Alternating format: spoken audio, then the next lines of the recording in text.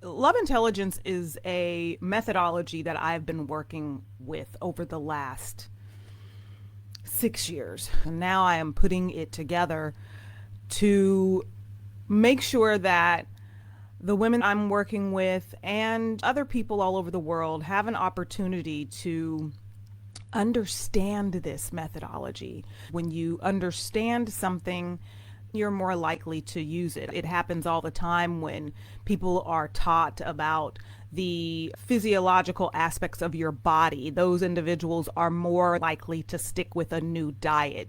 If you know what's happening, why it's happening, what's going on in your body, the ingredients of a thing. I have sected love, and it all started because I had a very unhealthy understanding of love growing up.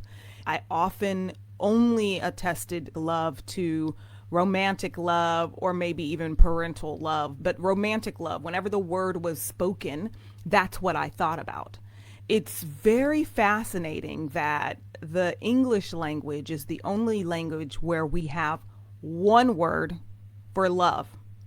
In Sanskrit, there's 86 different words for love. There's other countries or languages that have different words for love. Oh, Persian, they have eight. In Greek, there's three. But when it comes to the English language, there is one.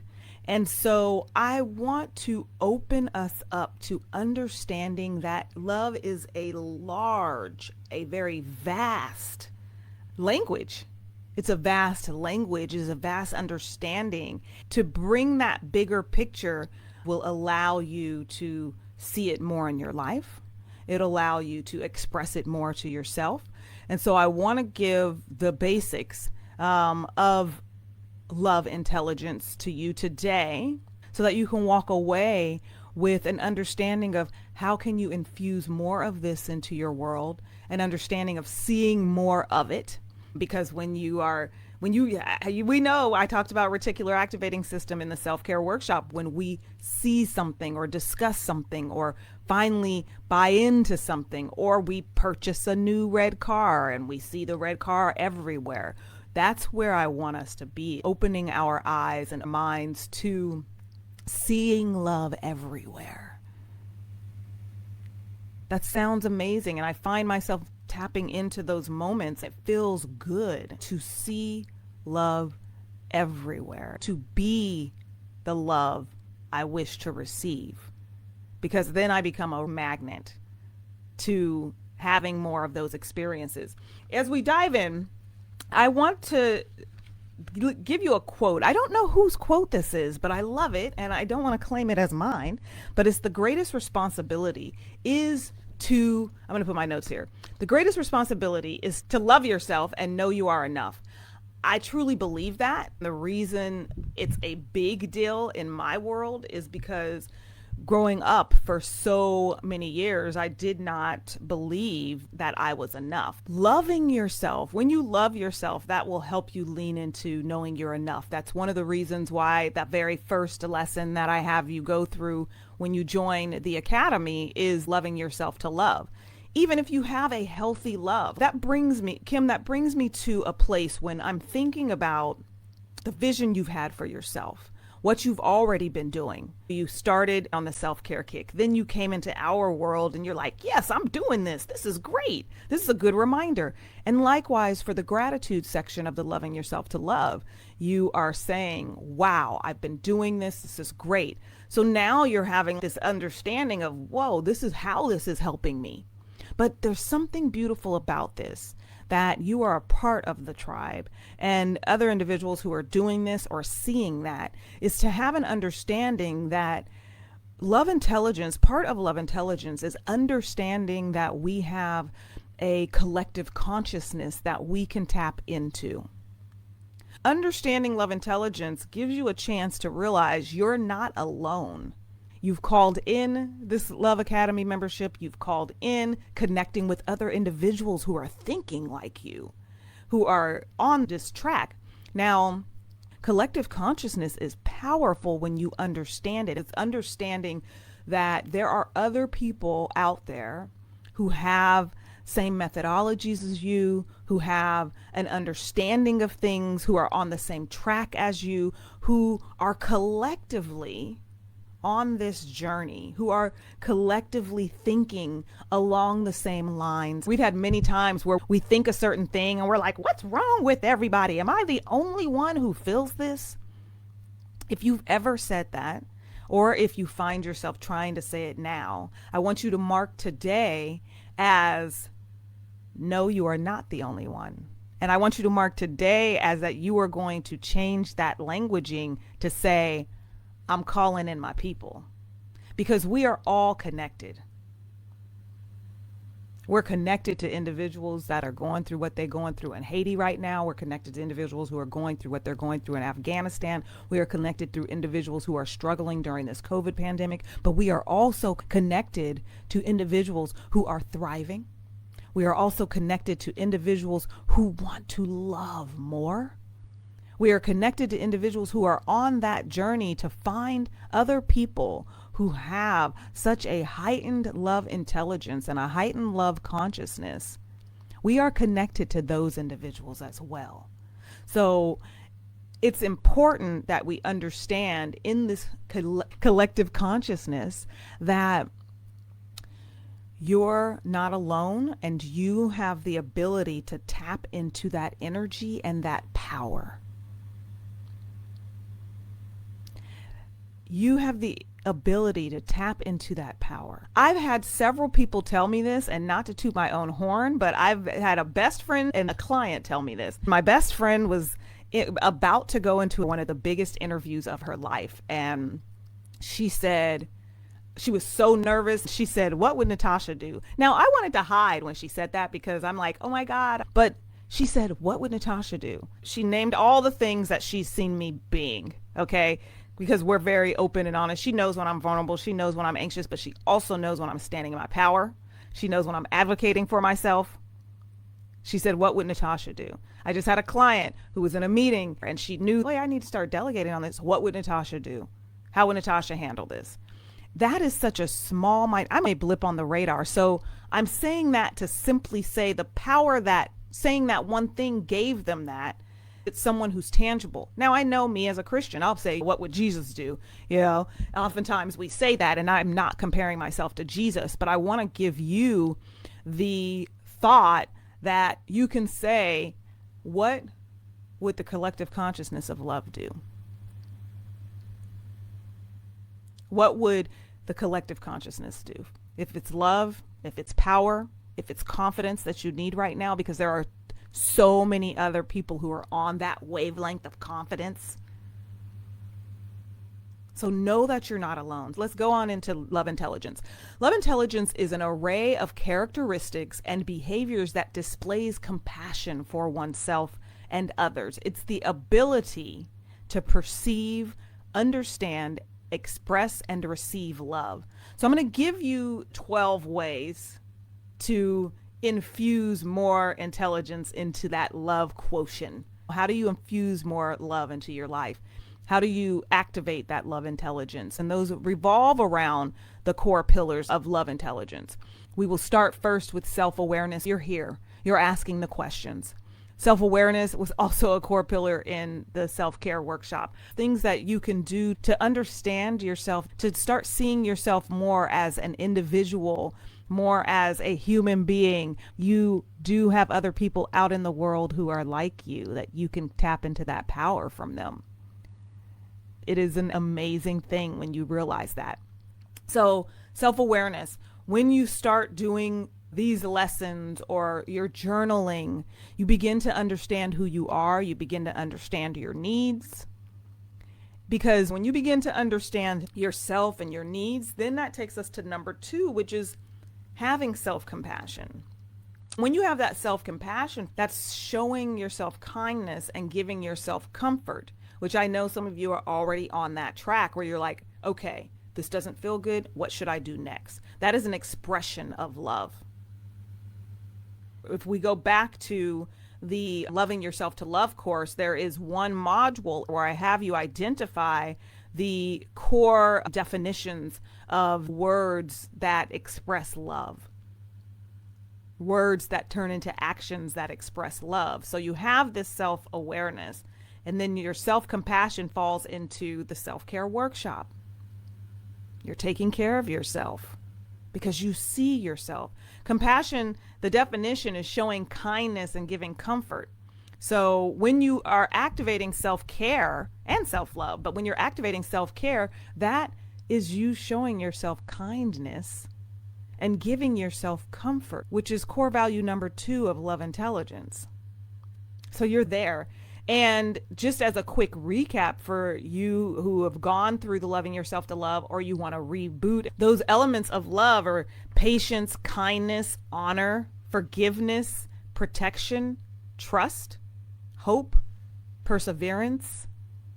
If you go back to that module, you're asked to look at the Webster dictionary or whatever dictionary of these words so that you can put it in your consciousness of, oh, wow, how can I express that? Because a lot of times people tote those around. This is from Corinthians.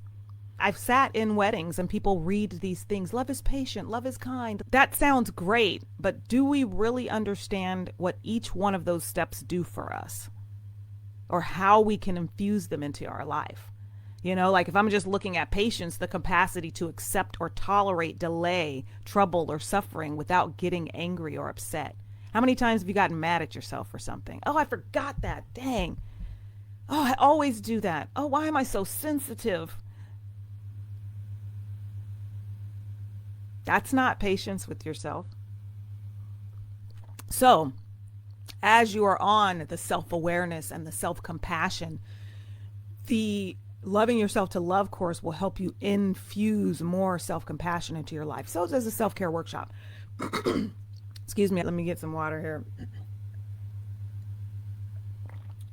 So, infusing the self-awareness, which you're already on track. Self-compassion is another way. But empathy is you understand and you share feelings. Empathy, we always think of empathy for someone else. We ask, is this person empathetic to the challenges that someone's going through? Not feeling sorry for them, but being able to really share their feelings. A lot of times we disassociate ourselves from our own feelings. I don't know if you've ever disassociated yourself from your own feelings, trying to, oh, why do I feel this way? Or I'm not going to feel that. I don't have time. That's really disassociating yourself from your feelings. Now, there comes a time and a place. You might be in the middle of a crowded room and you might be feeling totally broken by grief. And you're like, guess what? I'm going to put this on pause for a moment. But it's not putting your emotions on pause for a lifetime. It's not putting your emotions on pause like, I don't want to deal with this divorce that I went through 10 years ago. And therefore you're holding on to that angst and not being able to get into a new healthy relationship. Or the disappointment I had with looking for that job and they didn't choose me, so I'm just going to pause my emotions on this and I'm not really going to see them or feel them. And therefore you're not even trying to apply for other positions because you've been disappointed. When you disassociate what you are feeling, you cannot have empathy for yourself, which is core value number 3 of love intelligence. Empathy is not only about having empathy for those outside of you. Empathy is about having that connection to yourself and your feelings. What am I feeling? Giving yourself some love in that, to seek what am I feeling and why am I feeling this? And how can I give myself comfort? Expression is the 4th pillar or core value of love intelligence. When we think about love and we think about expressing that love, we want to make sure it's a daily thing. The reason why I started this Love Intelligence Gym, the Love CEO Academy membership, is because these elements are a practice. It's not just like, oh yeah, I got that, I'm good. Then life shows up, or a certain circumstance shows up, or some trauma shows up, or some drama. You got trauma and drama shows up in your world, and then how do you respond to it? I consider it like Mr. Miyagi and Daniel-san in Karate Kid, where he had him doing all these things, and he's doing the things just not with an opponent. He's waxing on and waxing off the car and painting. He's giving himself muscle memory so that when the opposition comes your way, your muscle memory is already going to do the thing. So that's where I say this Love Intelligence Gym, the Love Academy membership is there for you to make loving yourself a lifestyle and spreading the love.